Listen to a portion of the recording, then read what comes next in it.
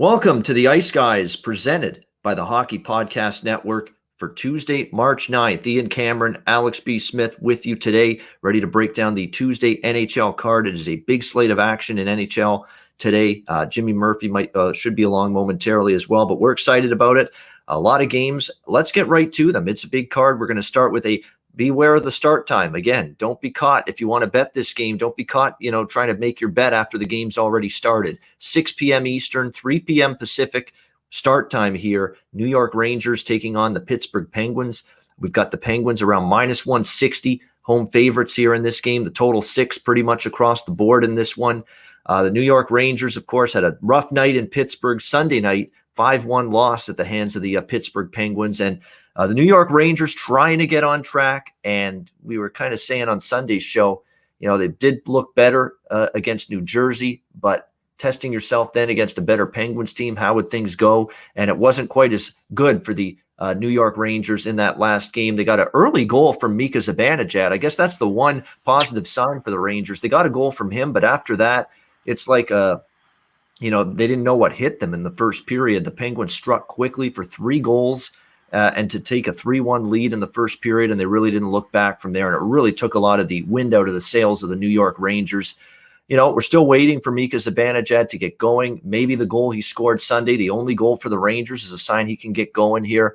I kind of like the spot, though, and a bounce back for the Rangers. And I certainly don't think the price is that terrible to take a chance with them, at least in this game. I'm certainly going to do that here at around plus 140 to plus 145. It is Keith Kincaid in net, but and I remember Sunday saying if Keith Kincaid gets the start, which he didn't, it was actually Georgiev, and he struggled. He got lit up for the 3 goals, and then David Quinn made the goaltending change in that game on Sunday night to Keith Kincaid. But if you watch that game, when Kincaid took over, he was dynamite. He was really outstanding for the New York Rangers. So really positive if you're a New York Ranger fan now with him making his official first start here in this game.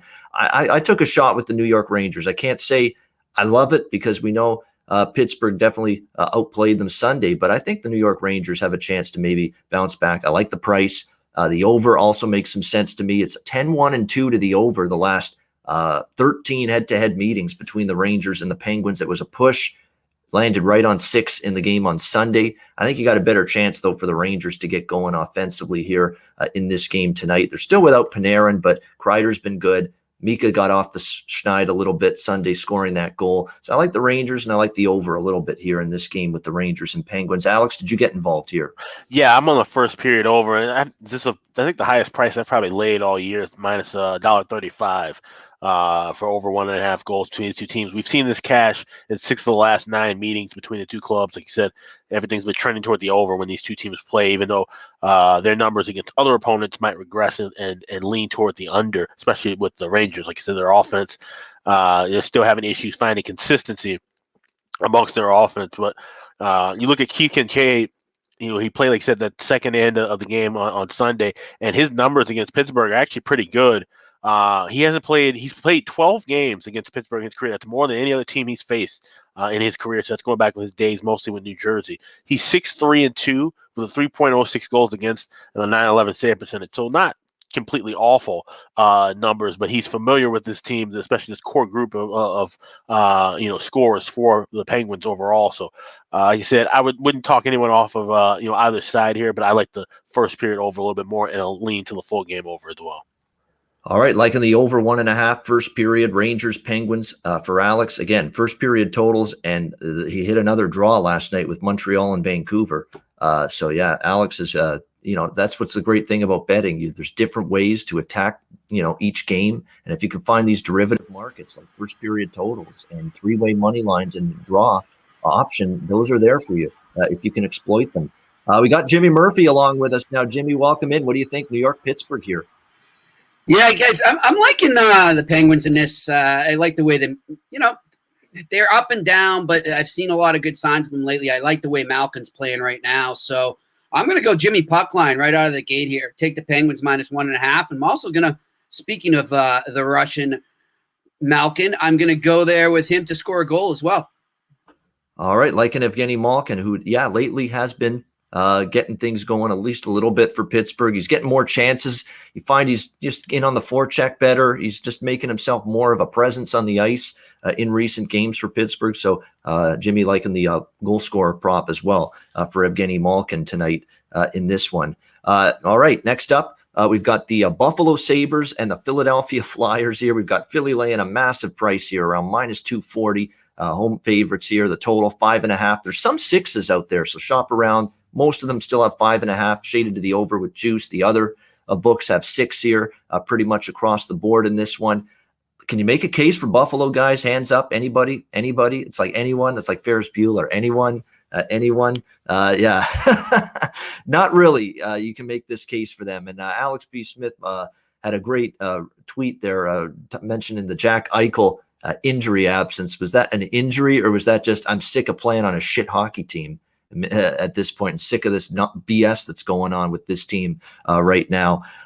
Look, I mean, the worst thing for Buffalo is not only are they losing, not only has been their offense been untrustworthy, not only are they now allowing goals in bunches, their defensive game has fallen off. Jonas Johansson has not been much better, to be honest with you, than Carter Hutton was in net. He's 0-3, and he's got like an 850 save percentage for the Sabres. That's clearly awful numbers for him. So their defensive game has eluded them. And what's going to make it worse, guys, for the Sabres tonight, Flyers are probably not going to take them lightly after a poor showing the other night against Washington at home, losing to the Capitals. So you've got the Flyers, and they lost the day before that in overtime against Pittsburgh. So you're looking at now a Flyers team that's off 2 straight losses. I don't think they're going to take anything for granted here against Buffalo. And if teams are motivated and focused and not looking past Buffalo, they're going to dummy up this team. Simple as that. And that's kind of what we're seeing right now with the Sabres. I mean, people are not only beating them, they're beating them by margin. I got no qualms whatsoever. You could argue the price isn't the greatest, but hey, plus 100, plus 105 with the puck line on the Flyers, minus 1.5 goals. That's the way I have to go in this game. Buffalo's just in that much of a dismal tailspin right now. And good luck getting out of it. And Philly's also dominated them. They just put the boots to Buffalo recently in a pair of games in Buffalo just recently. So, and the Sabres couldn't score. Got shut out in back-to-back home games against the Flyers just recently. So for me, it's Philly on the puck line, minus 1.5. Alex, what do you think? Flyers, Sabres? Yeah, I mean, I wish I had grabbed this regulation line earlier. I saw it at minus $1.40. Now it's ballooned up. It's minus 160, 165.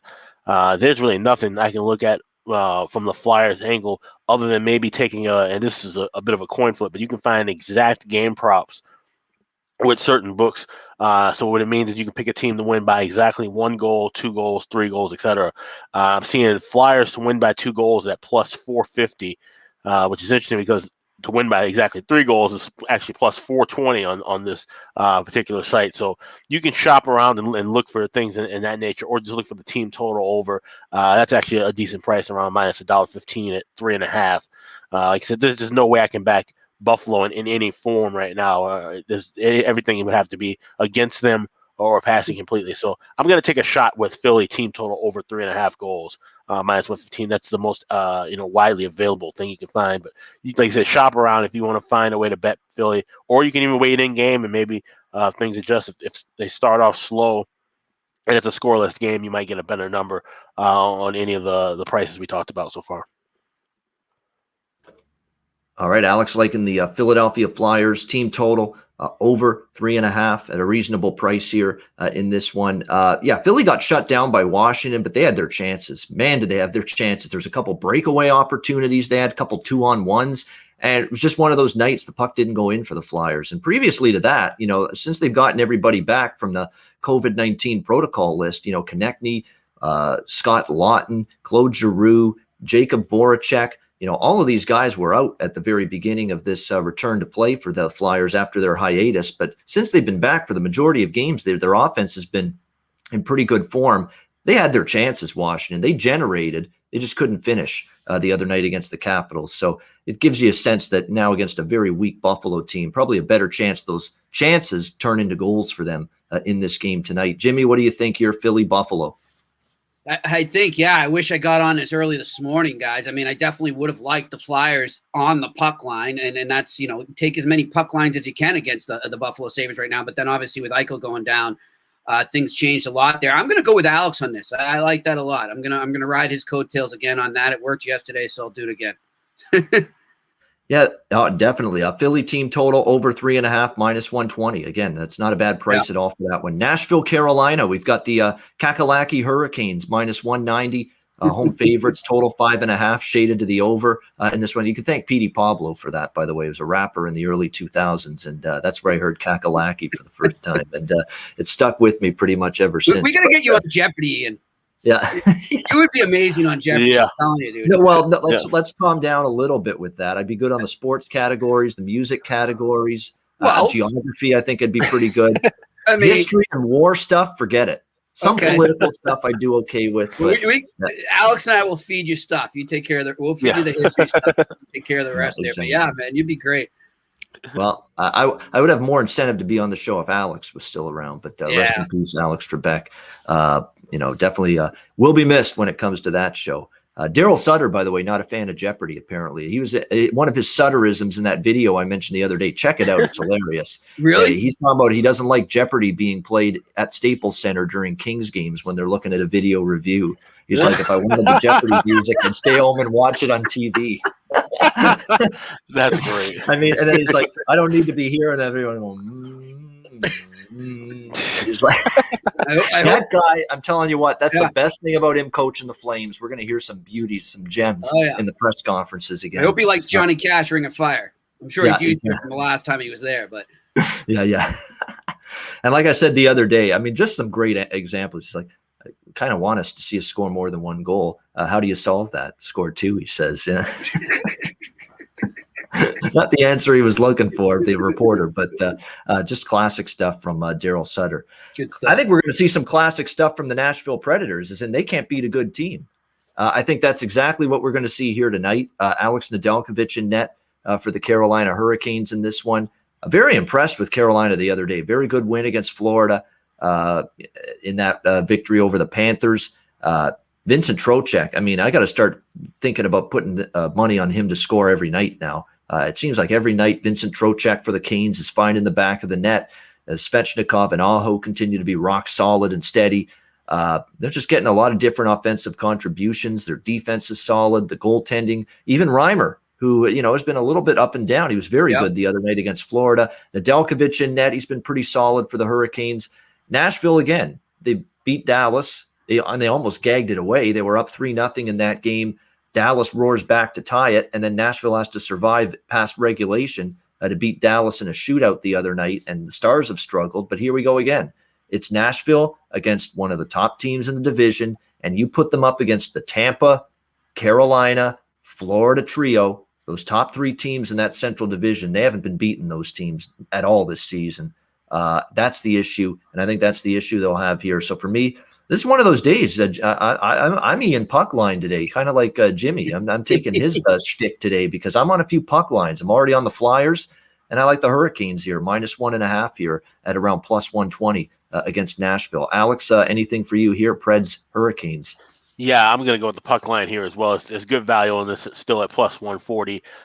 It's a Carolina team that's won 10 of the last 11 meetings against Nashville. Like you said, they're in great form right now, where Nashville is just spiraling out of control, going nowhere but down right now. So this is a spot. The only thing I would be looking at here would be Carolina puck line. Even the total is kind of scaring me a little bit too, because you don't know if Nashville's going to be able to kind of match things, or even if Carolina gets into a runaway kind of game on their own, will they be able to get some that extra goal to try to push things over? So just stay away from the total. I'm just going to go with Hurricanes puck line as that. All right, like in the puck line as well, Alex at -1.5 here. Actually, +135. Better price than some other books with the puck line option here with the Hurricanes. Jimmy, what about you here? Nashville, Carolina.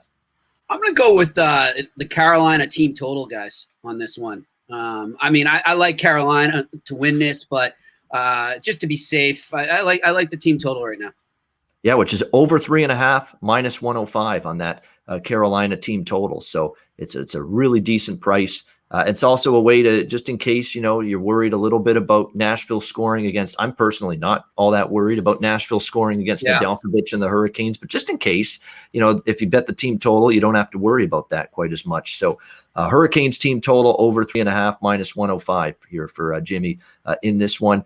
New Jersey taking on Washington. Washington minus 185, home favorites, total 6, shaded to the under in this one.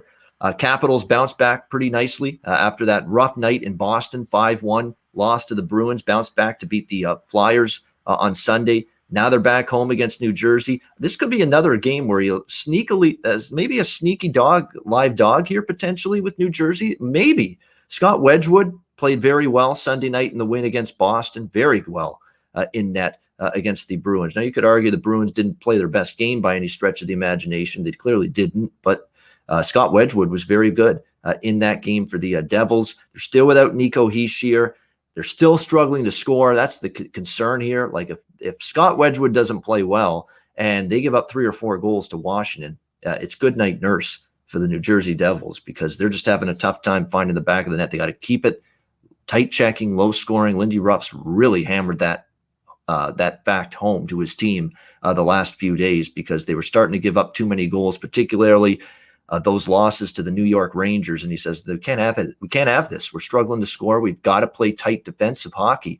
And they finally got back to playing that way in the victory against Boston on Sunday. So I lean under here, and I lean a little bit to New Jersey here. I think this could be a little bit of a dangerous game here for Washington. Back home after 2 pretty, hotly contested teams against teams you're battling with in the division, the Flyers and the Bruins. And the Devils have played Washington kind of tough this year. There was one game they were up 3-1 on Washington, and Washington had to come back in this building here in Washington to come back and win 4-3. So the Devils have been a little bit of a tough out for the Capitals, much like they've been for the Bruins. So I'm going to roll the dice here. A small bet for me on New Jersey here at around plus 170, plus 165, plus 170 here in this one. Alex, anything for you between the Devils and Capitals? No, I got nothing on this game. Like I said, this is a Devils team I don't trust to back in any spot right now.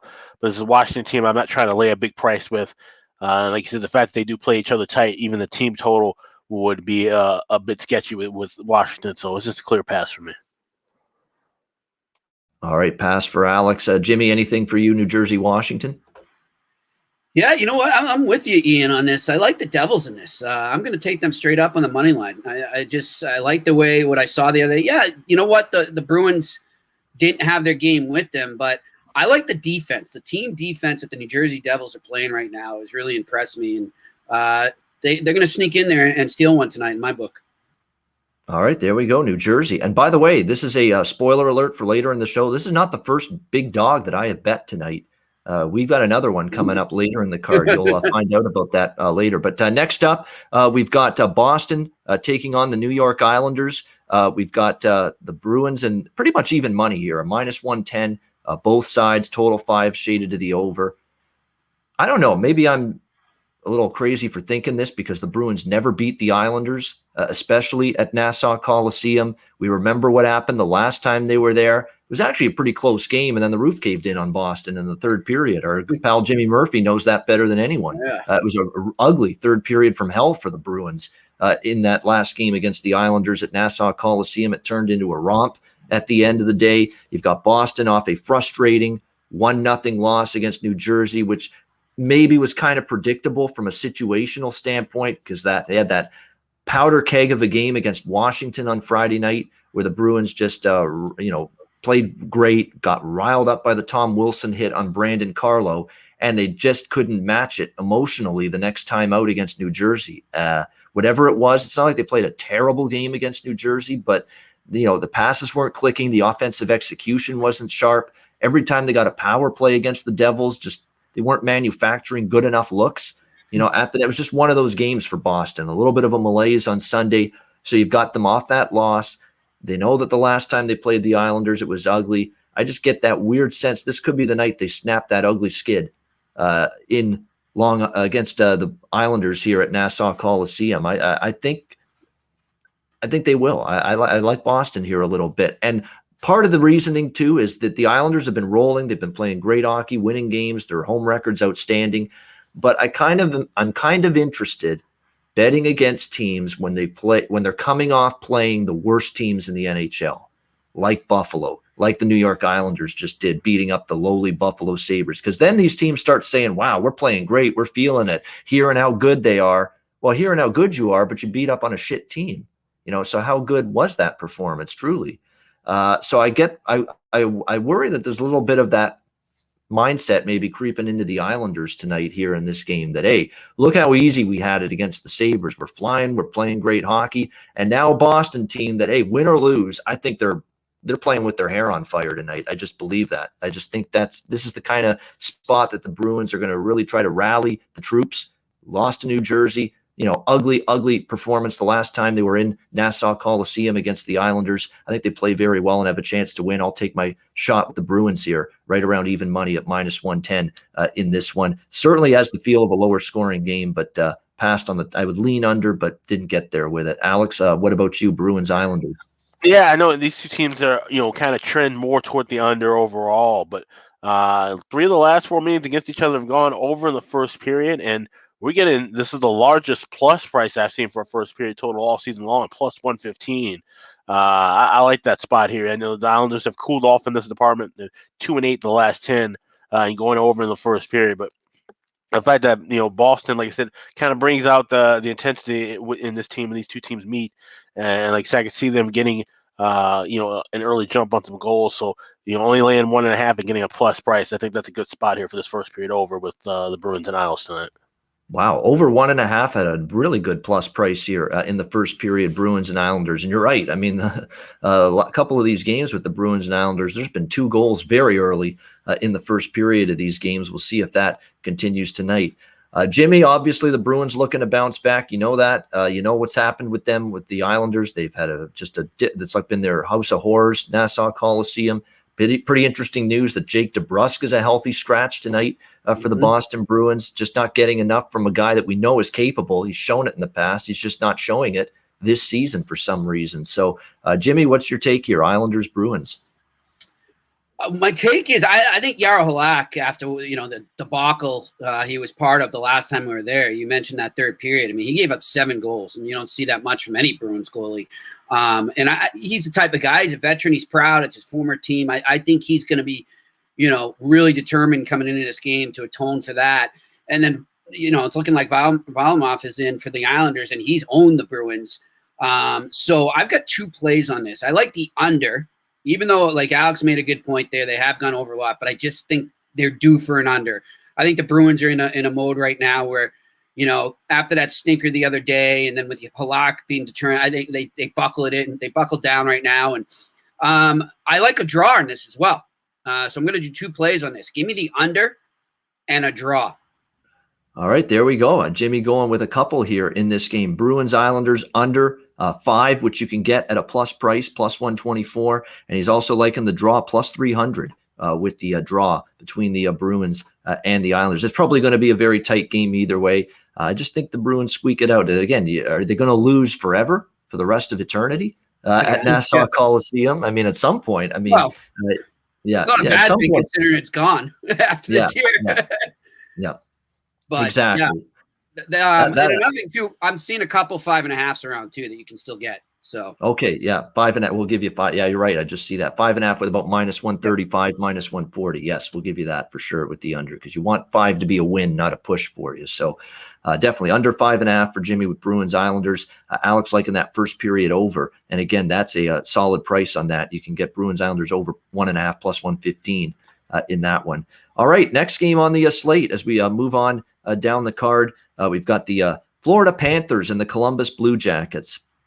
Florida -125, road favorites here in Columbus. The total 5.5 shaded to the under. This price looks shockingly affordable and reasonable for the Florida Panthers, given the way they've played for the most part. The road record, to put it this way about where these two teams are at, Florida has more road wins than Columbus has home wins. Florida's got 8 road wins on the season. Columbus only has 6 home wins.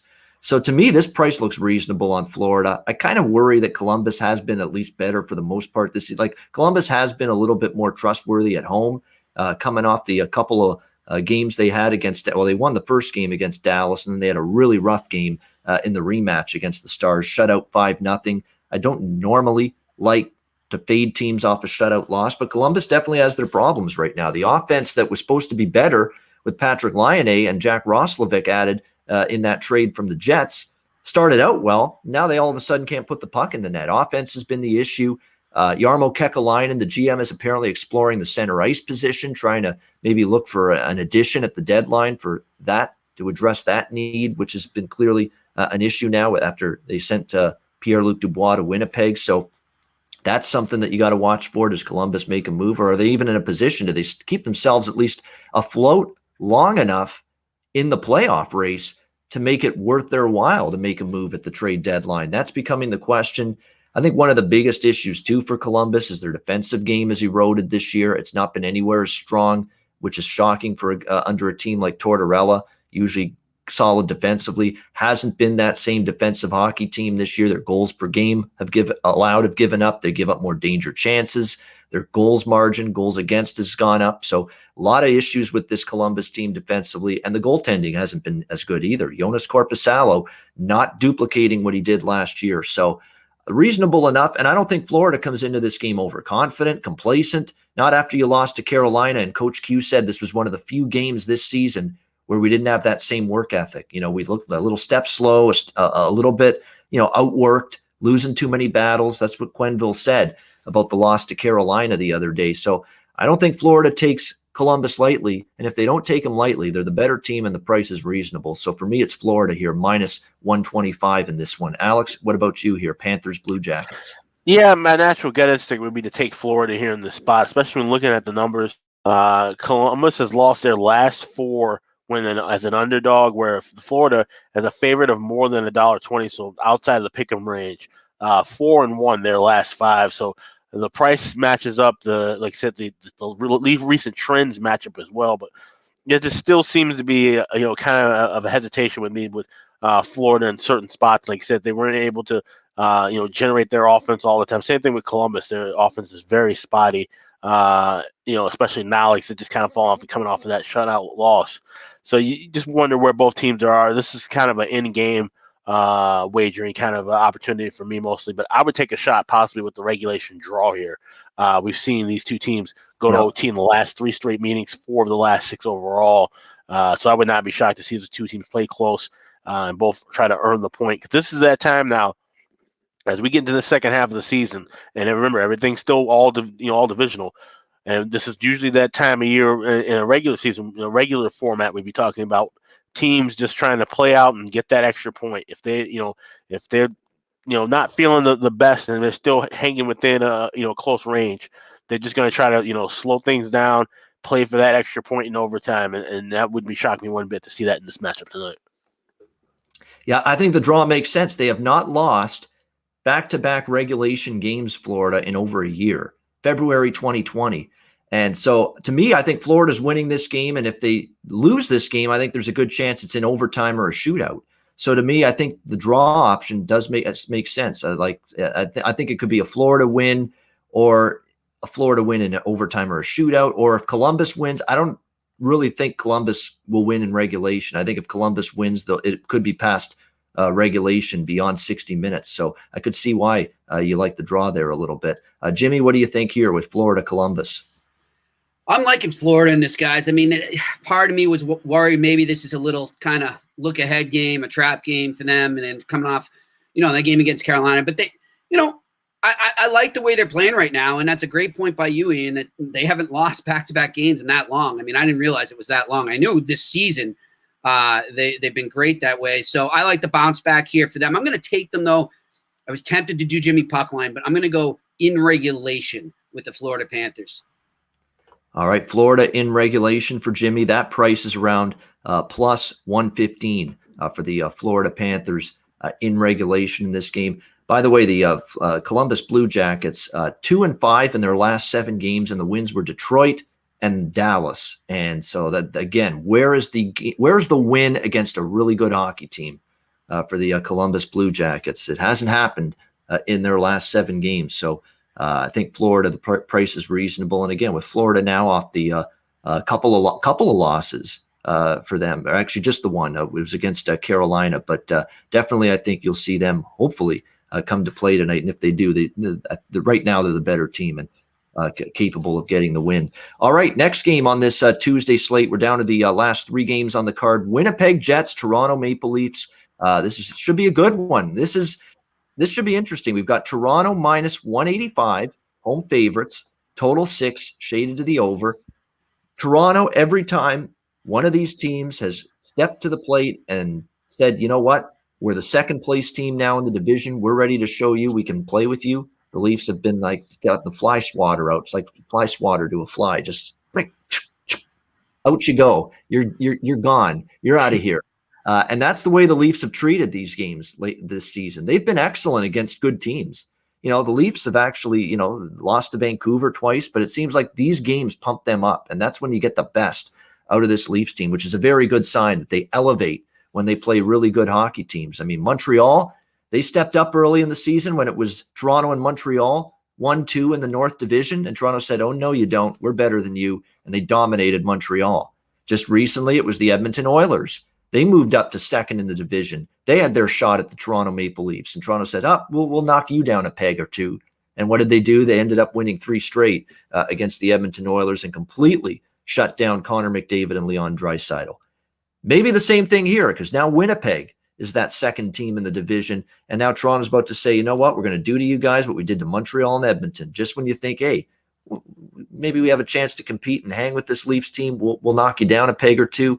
Potentially. But I'm going to go back to an angle I've mentioned many times this season with Winnipeg. Off a loss. 8-0 this season. Off a loss for the Winnipeg Jets. And not only are they off a loss, they're off their worst loss of the season. 7-1 against the Montreal Canadiens on Saturday. It was just one of those games that the puck was going in for Montreal. It was not one of Connor Hellebuck's better games. He got pulled. I sure as hell hope Paul Maurice puts him back in tonight, Connor Hellebuck, because if he does, Connor Hellebuck's track record off a bad game, and especially off a game when he gets pulled in the previous game, it's outstanding. I think his save percentage is like .942 in his career, when he's coming off a game where he got pulled in the previous game. I'm going against this juggernaut Leaf team tonight. This is my other big dog here. Winnipeg Jets here at plus 165. Look, I know they're off the 2 losses to Vancouver. They're back home. They're going to be, they want to nip it in the bud, this little skid they had against Vancouver. But look at Winnipeg's track. I'm not passing up plus 165 on a team that hasn't lost 2 straight games this year and has always shown you the best in this Winnipeg Jets team off a loss. And look, we know Austin Matthews and Nylander and Marner, and they all get the headlines, and Thornton for their offense. The Jets can match them pretty closely in a battle of firepower when they're on their game, with Mark Scheifele and Blake Wheeler and Kyle Connor and company in that forward group, and now Pierre-Luc Dubois as well. I think this is a close game either way, and I'm more than happy with a team that hasn't lost 2 straight and is this season and is coming off their worst loss of the year. I'm more than content to take a chance here with Winnipeg at this extremely attractive plus 165 price, even against this obviously very, very good Toronto Maple Leafs team. Alex, what about you here? Anything for you with Winnipeg, Toronto? No, I passed in this game. There's other spots I like more on the board, but like I said, I wouldn't be shocked to see Toronto give their best effort, like you said, with the fact that they've played well against teams in the division that have climbed up. You mentioned with Montreal before and Edmonton. So this is a step up for Winnipeg, and I wouldn't be shocked to see them pull out a win as well. So this really feels like it could be a good back and forth game, a good one to watch, but I'm not going to bet it. Yeah, and by the way, the goalie not confirmed for Winnipeg. It's going to be Freddie Anderson. We know that for Toronto. He's healthy again, and they're obviously going to put him in when there's no back-to-back. Winnipeg hasn't confirmed it yet. I think it'll be Hellebuck. Paul Maurice. I'm seeing Hellebuck confirmed in one spot. So. Okay, there we go. So, yeah. Look, if you actually – I actually remember this from the playoffs a couple of years ago when the Jets – remember they went all the way to the West Final against Vegas? And there were a couple games he got pulled, and the next game he was just nails. He was lights out the very next game after a bad one. So I'd expect that tonight from Hellebuck. And if he's great, Jets have a puncher's chance, and that's all I need at a price like this. What do you think here, Jimmy? Jets, Leafs.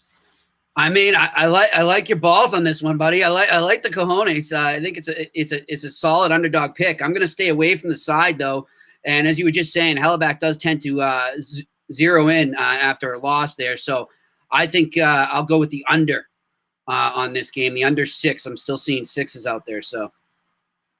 Yeah, you know what? Winnipeg is probably that. They're going to look a little bit tighten up defensively tonight when they give up a 7-spot, a touchdown essentially to the Habs on Saturday. So the under situationally, based on what happened to Winnipeg Saturday, that does make sense to maybe look for them to try to ratchet it up defensively tonight against the Leafs. All right, next game, Tampa Bay, Detroit.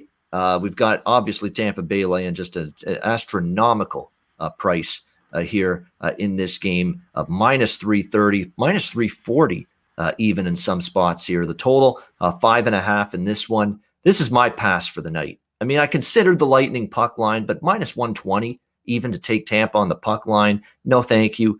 Look, they should roll Detroit. They've dominated Detroit for several meetings now, but I worry about the spot too, because Tampa just had 3 big-time showdowns with Chicago. Games that were very emotional roller coasters. Remember, they got down 3-0 on Sunday against the Blackhawks, and they ripped off 6 straight goals to take a 6-3 lead in that game and win by that score.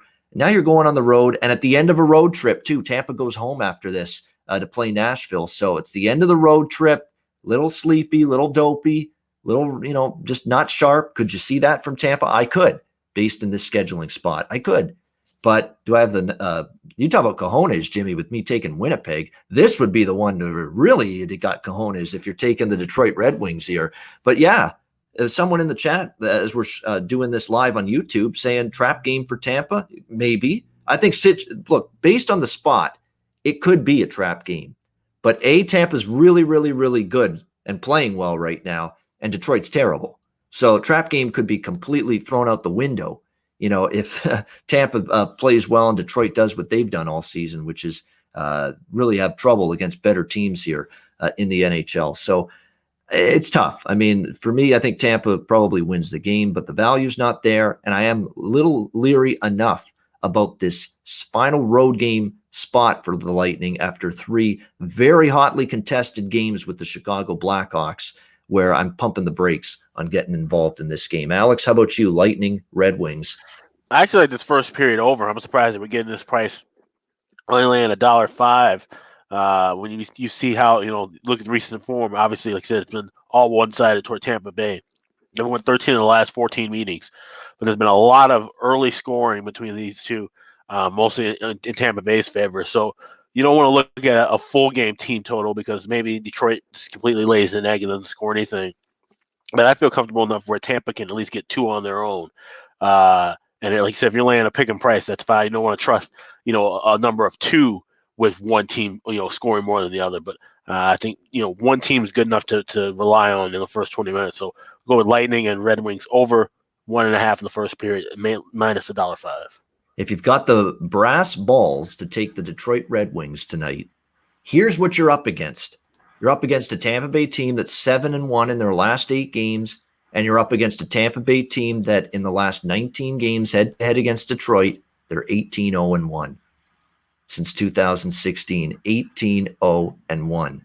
1 loss beyond regulation time for Tampa Bay against Detroit in the last 19 head-to-head meetings. So that's the recent history that the Detroit Red Wings have to try to overcome tonight. Jimmy, what do you think here? Tampa Bay, Detroit.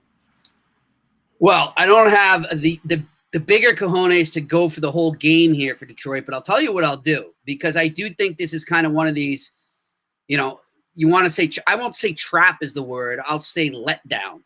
I still think the Tampa Bay Lightning win. I don't think they play as good as they've been playing. I think maybe even it's just one of these games they look at and say, we can pull back a bit, and then as the game goes on, get into it more. That's why I like the Detroit Red Wings in the first period, where you can still get some great value on them. So give me the Red Wings to come out of the first period with the lead. All right, so you like Detroit. Now that Detroit is plus 220 money line, so we'll give you that. We'll give you that, Jimmy. And with that, that's not the laying a half goal. So if it's plus 220 money line, we'll give you that for Detroit. That means if it's tied after the first period, you get a push, you get your money back. So There you go. That's what I'm going to do. I learned my lesson on the regulation last week, remember? Yeah, exactly. So that at least if Detroit gets out of the first period 0-0 or 1-1, you'll get your money back. Taking plus 220 with Detroit in the first period money line. And that is the price with them on that first period money line there. So, from a situational standpoint, again, you've got to overcome the massive gap in talent between these two teams and depth for sure. But it could be sleepy time for Tampa Bay, especially early in this game. Just, I've 10 years now handicapping NHL, and this is just one of those spots that I see very often where you've got the superior team, but they've been playing some big games against good teams. They've played a lot of Chicago, a lot of Carolina, a lot of Florida lately, big games against the best teams in the division. And now you got little old Detroit at the end of a road trip when you're looking forward to getting back home to sunny, Tampa in Florida there. It's got the makings of potentially a slow start. Yeah. And I think, exactly. Jimmy, that's what we're maybe banking on here. Yep. And then Hedman, a guy like Hedman or a guy like Stamkos comes in later and says, guys, wake up. And, they go with it in the third period and they win. But I don't like the potential for a good start for Tampa. So that's why I'm going that way. Yeah, exactly. In case they wake up and then they take over the game, kind of like what happened against Chicago, on Sunday, the bad start, and then they got it going again, second period and beyond. And by the way, that those two power plays going against each other the other day, Chicago and Tampa Bay, was just something to watch. I mean, if you're a coach in the NHL right now and your power play is struggling, go look at the tapes of those two teams right now and how they're playing on their power play. It's beauty. And I'll tell you what, Alex B. Smith can vouch for this. You wouldn't have been able to say that about the Chicago Blackhawks before this season. That power play was just a disaster waiting to happen for years. Alex, I know you've just chimed in endlessly in years past about this power play stinks. This power play, they don't shoot the puck well enough. They don't shoot enough. Yeah, and they always made too many extra passes, not getting in the right positions, and those were teams that were winning cups, mind you, that still had horrible. There was a stretch going into the playoffs. I want to say the 2015 season, where their power play was like 1 for 20 heading into the playoffs. Yeah, they figured things out now. Even though, like I said, they're not as good of an overall team as in years past, but like I said, and that's the same thing with Tampa Bay. Tampa Bay's had a lethal power play for quite some time now, and usually during the playoffs is when their power play even gets better. So if we're seeing them play this well now, who knows what's going to happen come playoff time? They remind me of the Red Army, Tampa Bay. I'll tell you that. Showing my age, but that's what they look like. Yeah, well-oiled machine. Exactly. Definitely. There's definitely some tendencies or there's some characteristical traits that are shared definitely by those two teams. Great segue. We talked a little Blackhawks power play. Blackhawks are wrapping up this Tuesday card here. Chicago Blackhawks, Dallas Stars. We've got Dallas minus 140, or actually down a little. It looks like the money's come in a little bit down on this. No, it's around still minus 145, actually. Minus 145, minus 150 in that range. Total 5.5, shaded slightly to the under in this one. I ain't laying a price with Dallas. No way. No how. Even at home against Nashville, somehow Nashville gets out to a 3-0 lead against the Dallas Stars. They made the surprising decision to start Jake Ottinger in that 2 nights in a row.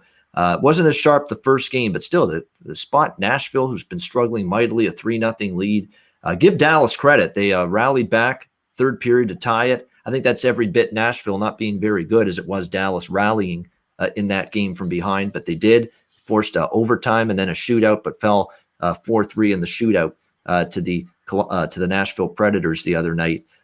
Look, for Chicago, you could maybe start to worry a little bit. It's been a little bit of a downturn for them after a pretty solid first 6 weeks of the season. But look, they had to play Tampa Bay, the defending Stanley Cup champions, and they played them pretty tough. I mean, Matthias Janmark actually came across a really good statement from him talking about Sunday's game, losing to Tampa. Loss was very disappointing. Obviously, we felt we could have won all 3 games. They could have done that too. There's some positives here. It's a good team we played. We've proven we can play with them. Now we have to respond from this loss here. So I like that. I like the mindset. Respond from this loss here. It's not all hope is lost for Chicago. If you would have said before the season we're the 4th best team in the division right now, and not all that far behind Tampa, Carolina, and Florida, you would have taken it if you're the Chicago Blackhawks. I got to take a chance with Chicago here at the plus price in this game. I mean, I'm going to dare Dallas as a favorite to show me something. and they're not showing me enough. Their offense is not good enough, in my opinion. And I know Chicago's defense has regressed. They've not been that blue line that they were early in the season. They kind of gone back to the ways of last year and 2 years ago, just giving up goals in bunches, penalty kill starting to struggle again as well. But they go from playing Dallas or Tampa's potent offense to the Dallas Stars, who've had a tough time finding the back of the net for a while now.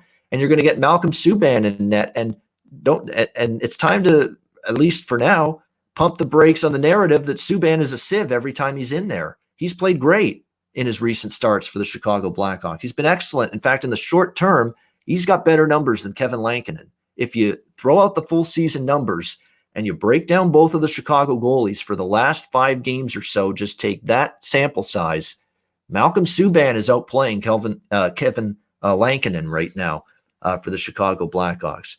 Subban has been better than Lankinen here in the short term, so I have no qualms about him being in net whatsoever tonight for the Chicago Blackhawks. In fact, his terrific performance against in the middle game of that 3-game set against Tampa Bay is what gave the Blackhawks a chance to win that game that night. So to me, I'm looking at this as Chicago's, I think, going to come into this game knowing, hey, we don't want this to turn into a tailspin at this point. And this is one of those games where you rely on the leadership of guys like Keith and especially Kane, who's been not only great on the ice, but his leadership off the ice has been great. This is a beatable hockey team right now, this Dallas team. I like Chicago here at plus 130. Alex, anything for you here? Blackhawks Stars. Yeah, I'm on the Hawks here too. I grabbed them at plus 120, and now we saw the move. Obviously reflected with Subban being named the starter, but like you said, he's been playing, very well. He's won 4 of his last 5 starts. He beat this Dallas Stars team already, made 30 saves against them. Like you said, we can't, just completely write him off whenever he's starting now. That the narrative has definitely changed. Obviously, Lincoln's still the number 1 guy, but Subban's doing more than enough, pulling his weight as the true backup now. And like I said, this is a good bounce back spot for the Hawks after playing 3 games against the best team in the league in Tampa Bay. Now taking a step down against the Dallas team. You've already beaten them, and now you want to make a statement because the last two times you played them in Dallas, 2-1 games that shouldn't have been that close, end up going into overtime. So now they should come out here and make a big statement. So I'm going to play them on the money line. I almost would look for a reverse puck line potentially. I would not be shocked to see the Hawks really kind of pile it on late and win this one by margin, but I'm just going to play it safe with the money line. All right, like in Chicago on the money line as well. Yeah, Dallas 1-5 in their last 6 games overall, and so far on this 6-game homestand that they're on, 1-3. And it just has not been pretty. And the only win was that revenge win where they shut out the Columbus Blue Jackets. So again, Dallas is kind of like Nashville. You compare these 2 teams, and it's like when they step up, play teams that are a little bit above their weight class. They haven't had any success against these kind of teams. Now, Chicago's not way above Dallas's weight class like Tampa and Carolina and Florida are in this division, but they're enough of above that weight class where I'm comfortable backing them here. Chicago here tonight. Jimmy, what do you think? Chicago. Go ahead. Yeah. One quick thing too. This is the 1,000th game tonight for Patrick Kane. So which is also why I'm wearing the 88 today. But that's something that I think the team has really kind of rallied around. Even when you look back at Kane when he got his 400th goal. He's the kind of guy who likes to downplay some of the milestones in his career. But I think the team, especially those younger guys in that locker room, really rally around him and the way he's been playing right now. He's basically the de facto leader without Taves in that locker room, and I think him and Keith are the oldest guys on that team. So I think that's going to kind of amp up the rest of the team as well. Knowing that there's another big milestone for their leader in Patrick Kane. Yeah, I mean, brilliant, outstanding, marvelous. I mean, those are only 3 words off the top of my head to describe Patrick Kane this season and the way he's played. Jimmy, what do you think here? Chicago, Dallas. Yeah, I'm with you guys. I like the Hawks a lot in here, so much so that I'm going to take them in regulation. I love that value you can get right there. And I kind of I was tempted. Alex got me on the idea there of the reverse puck line. I could easily see that as well, but I'll take them in regulation right now. And, I'm starting to wonder about Dallas, guys. I mean, almost seems like maybe, no pun intended, considering who they, lost to in the Stanley Cup final. And they obviously didn't catch it then. But for the first 3 rounds of the playoffs, it looks like they caught lightning in a bottle in the playoffs last year. This team is not as good as they were in that playoff run. You kind of had that feeling as they were going along. I mean, this might be a one-off thing. They've got a lot of issues there. And feel bad for Rick Bowness, because he finally gets his contract, gets his due props there, and this team has just sucked. I mean, that plain and simple. It's just been a nightmare for them the whole season. So I like the Hawks a lot in this.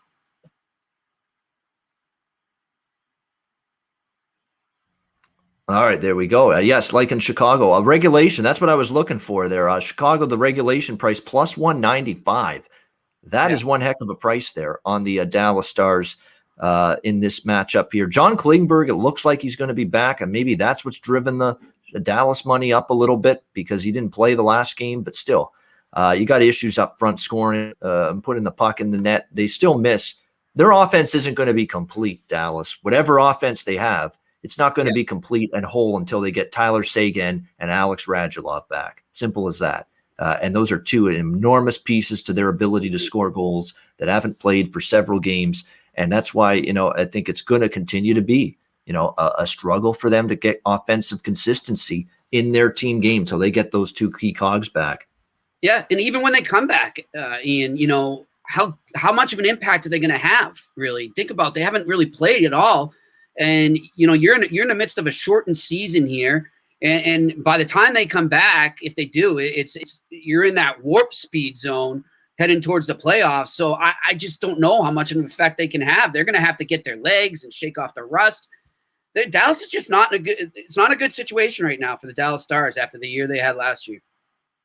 Yeah, no question about that. Someone in the chat asking about the Philly and Carolina. Yeah, we like Philly and Carolina, most of us in some fashion in that game. Puck line obviously would be the value way to go. They're just too big of favorites, but it's hard to make a case for Buffalo and Nashville in those two games for sure. And a reminder, if you miss the show or you can't watch the show live when we do it on YouTube, or you can't tune in and download the audio podcast and you want to know what our plays are, we post them daily on our Patreon page, patreon.com/Ice Guys. Our daily Ice Guys betting card plays from me, Alex, and Jimmy are posted there daily on patreon.com/Ice Guys. It's $10 a month to be part of that. And we give you articles as well. We're going to do some stuff. I'm going to be having some NHL articles that I'll be contributing. Alex has his goalie charts and totals charts there as well on the page. The card is posted there daily. For those of you interested, patreon.com/Ice Guys, especially if you can't watch the show live or download the podcast on a daily basis, although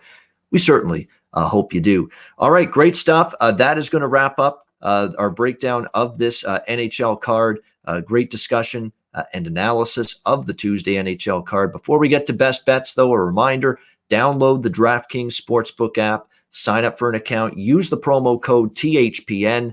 You'll get a deposit bonus. You'll get weekly specials, plenty of incentives with your DraftKings Sportsbook account when you sign up and download the app, bet boosts, all kinds of perks to having a DraftKings Sportsbook account. In order to do that, download the app and sign up for an account and use the promo code THPN for that. All right, great stuff, great show in the books on this Tuesday, and we can't go leave you without giving you best bets to wrap things up. Alex, we'll start with you. What is your Tuesday best bet? Yeah, we'll go with the early evening game with the Penguins and Rangers, first period over 1.5. Like I said, you got to lay a little bit of a price, minus $1.30 or $1.35.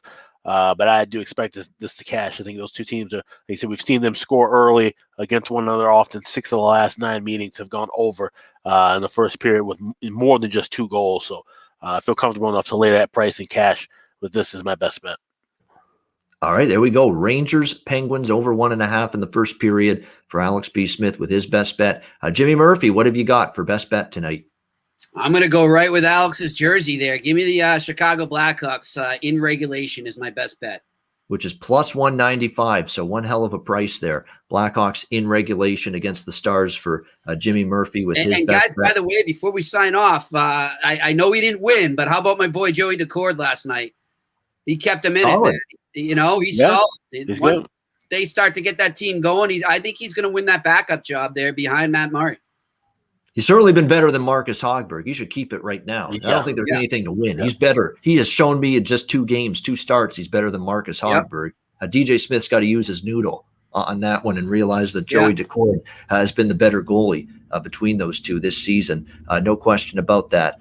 For my best bet, I'm in a slump with them. We lost a couple in a row now, more 2 or 3 in a row now. I need something to spark me, and I'm going to go with a daring best bet tonight. Winnipeg plus 165 against Toronto. That's right, best bet. Winnipeg Jets plus 165 against Toronto. You're going to give me plus 165 on a Winnipeg team that is a perfect 8-0 off a loss this season, and they're coming off one of their worst losses of the entire season against the Montreal Canadiens. I'm not necessarily sold on Toronto just flipping the switch, turning it around after the back-to-back losses against Vancouver. This is just a price play for me on a team that has consistently brought their best following a defeat in their previous game, that being the Winnipeg Jets. Winnipeg Jets, woo, woo, woo. Jets, I can almost remember cash and tickets. Da-na-na. A little Paul McCartney and Wings for you. Winnipeg Jets plus. Everybody loves that Ian just go not so psycho karaoke out of the blue. Everyone gets a kick out of that. Yeah. Winnipeg plus 165 against Toronto for my best bet. That'll wrap up the show. Thank you to everyone for tuning in. We appreciate it. Again, if you can't watch it live on YouTube, download the audio podcast version of the Ice Guys show on all major podcast providers. For Alex B. Smith, for Jimmy Murphy, I'm Ian Cameron. Have a great Tuesday night. Enjoy the games and good luck. We'll see you again tomorrow and talk to you again tomorrow on Wednesday for another edition of the Ice Guys presented by the Hockey Podcast Network.